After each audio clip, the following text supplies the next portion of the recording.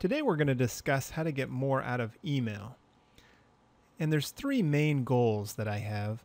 The first is to help with your online safety, avoiding things like viruses and phishing scams, to be more effective and make better use of email, and then to fix problems that might come up that you might experience.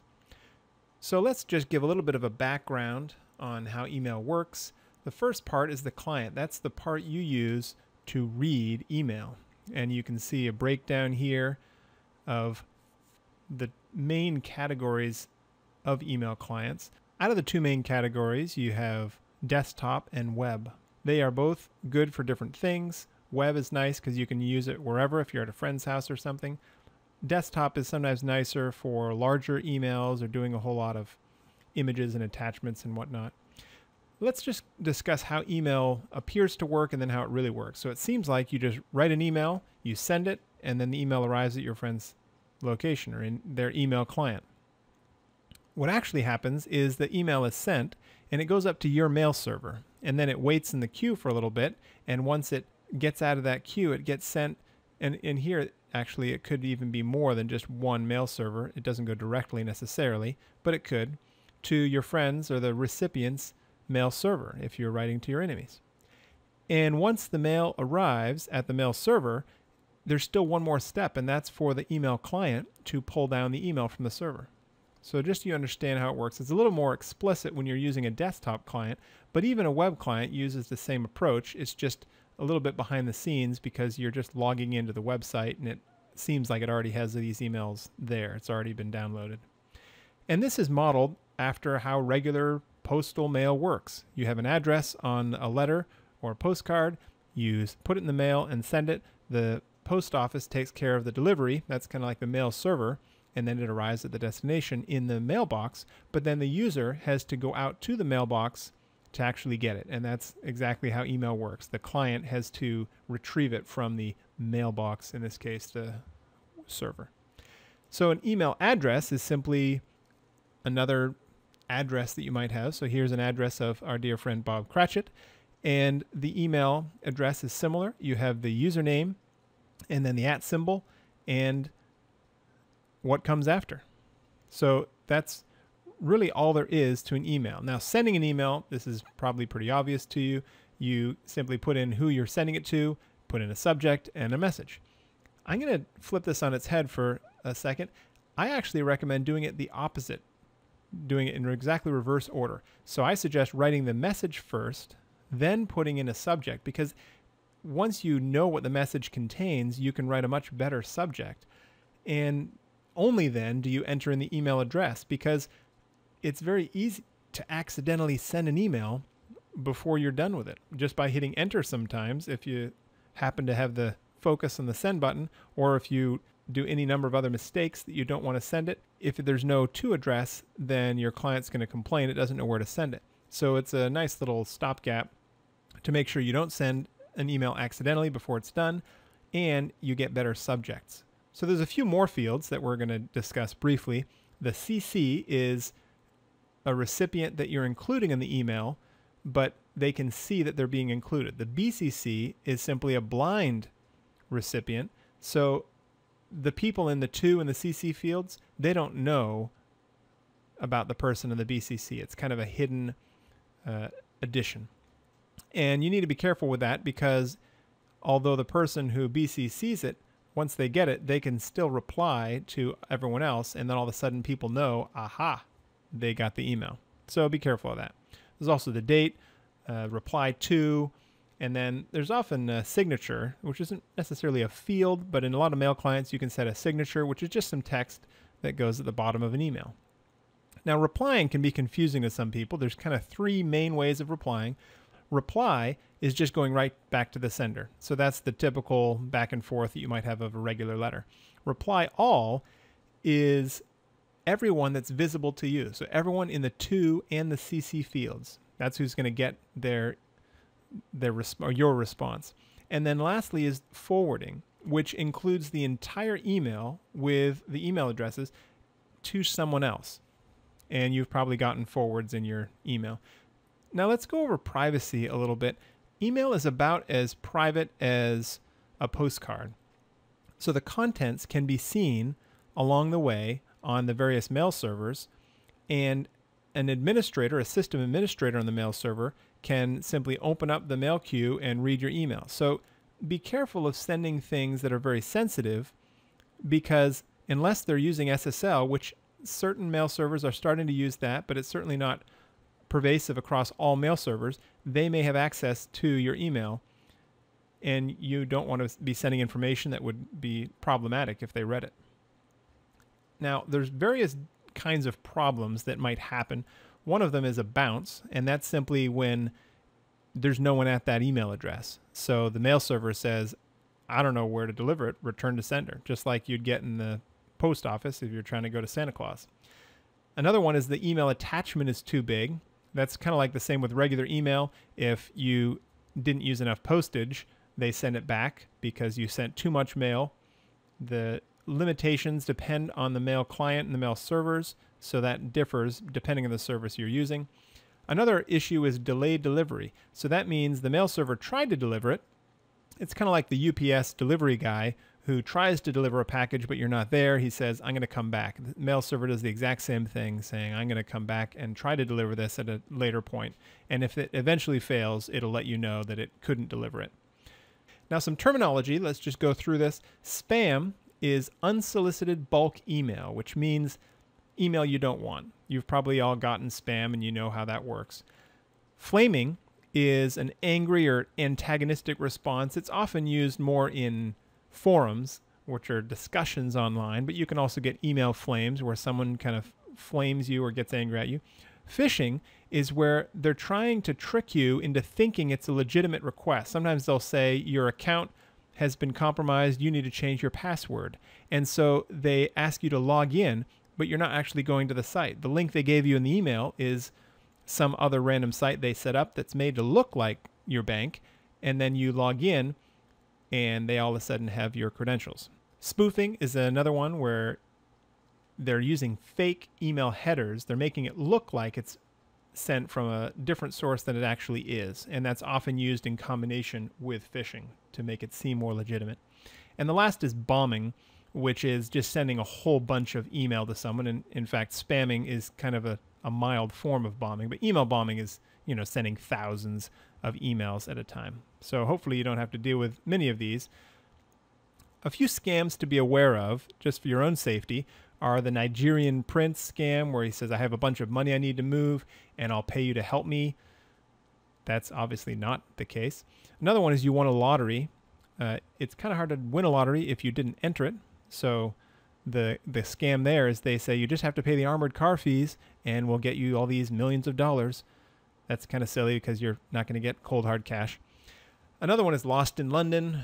Doesn't necessarily mean London, but that's kind of the common area. You get an email from your friend saying, I need to wire money to London because I'm lost here and I lost my wallet or I got pickpocketed or something else. That's a scam where someone's taken over your friend's email address and now they're trying to capitalize on that. And the last one is forwarding for money, where they'll say, if you forward this email, Bill Gates will pay you $1,000. Well, Bill Gates, albeit rich, is not silly enough to send email that asks people to forward other email, because that's very easy for someone else to do as well. Okay, let's go on to folders. This is basically a way to organize your email, just like you would in a file cabinet. The typical folders you'll have are inbox, drafts, which are unfinished and unsent emails. Sent is a history of what you've sent to other people. Then you've got the trash, where you put deleted emails. And it is nice to have the trash because sometimes you'll accidentally delete an email. You can go to the trash and retrieve it. Often especially on web email, that trash is deleted. So be careful about waiting too long to go retrieve something because it might be gone once you try to get it. And the last one is custom, which is basically anything, how you want to organize your email. You can have any number of folders just to keep it more organized. Filters are a way to make it easier to manage your email. So there's some filters that are set up for you, like spam and junk mail, and it checks for patterns, known words to filter on. It's an active area of research. Sometimes it's better than others. I've noticed that recently Gmail has been starting to send a lot of email that's legitimate to my spam folder. So it's a good idea to check on the spam folder every once in a while. Viruses with attachments that have a virus, that's pretty good now, although there are ways to get around it that people are still trying. And as I mentioned earlier, phishing, there's some known attacks that are often filtered out by your mail client, but that's not always the case. Removing images is a way to limit the risk. It's often used to track email opens. And so if they see that the image has been loaded, they check where it's from and they can tell that you read the email. A lot of mail clients will give you the option to not load image. And that means they don't know if you've gotten it or not. So it's kind of a privacy area. And then there's custom filters, which is a whole other section that we could talk about that is simply a way to organize your email. So you could say all emails from my contacts go into this one, or all emails on this mailing list go into this folder, and you can organize it to make it easier to manage. The next step of managing your email well is managing your contacts. They're closely related. And a lot of times they'll have an autofill as you're typing in so that the client can match a address that you're already using. So you don't have to type in their address every time. So the address book is just like a physical address book that you have. You look up the person's username, their name and address and phone number and whatever else. A lot of contact management in email is focused on email in the client. So you may not have things like phone numbers and everything else, but certain services like Gmail will have more information about a person based on their Google Plus account. And there's development on that, so you can get more information about the person. Searching email is useful to find things quickly instead of having to browse through or remember when did that person send it or anything else. So you can do a few different ways of searching. Most clients will let you search for old emails, and it's useful to know specifically how your mail client works, but just to give you an idea of some common ways of searching, you can just do a free-form text, meaning just put in a few keywords that you remember them mentioning in the email. If they wrote about last weekend's get together, you can write about some keywords. You can search by subject, and that just limits it down. You know the subject included something. You can search for that. You can search by a from address or a date range, and you can also search for an attachment, even just if there was an attachment. If you know someone sent you an email that had an attachment, you can exclude all the other ones and just go for the ones with attachments. And speaking of attachments, this is a example of one case to do attachments. They often use the icon of a paperclip because you're kind of using a paperclip to add on some file to your outgoing email. And they're basically just files that are included with a message. Now, word of warning, be careful to never open an unexpected attachment, because if you don't know what's there, you might get infected with some sort of virus. It's best to not ever open an attachment that you didn't expect to come. Now, of course, if you're a friend and you know that they're sending you something and you expect it, then that's fine. But still be careful of attachments just in general. That's often a way that things can get spread that are nasty.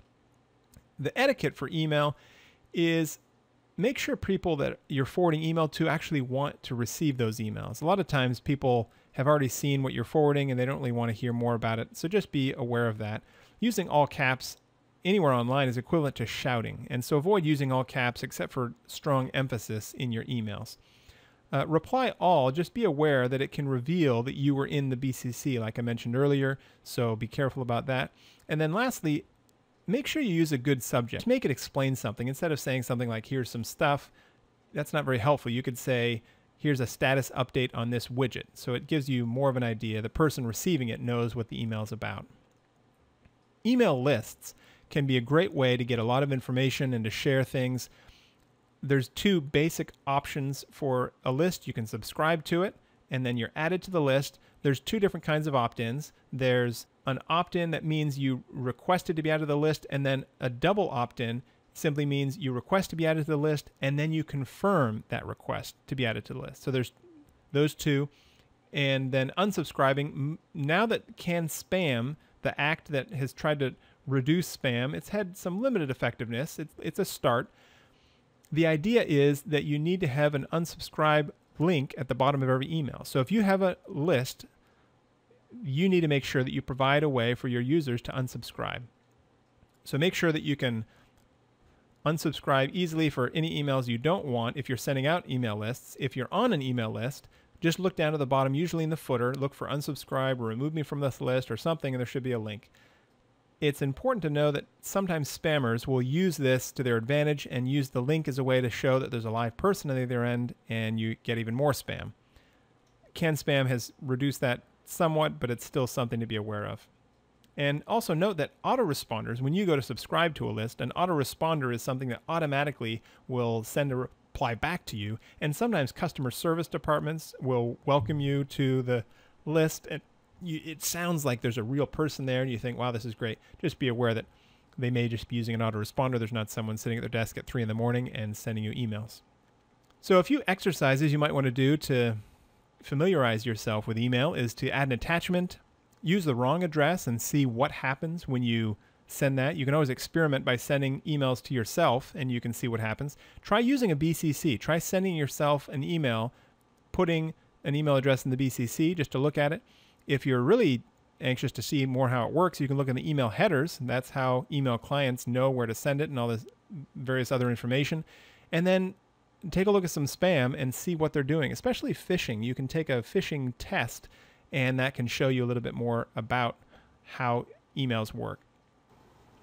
And that's it for the summary of how email works. Hopefully that's been useful. You can learn more at techmadeplain.com, and you can get all the links there as well.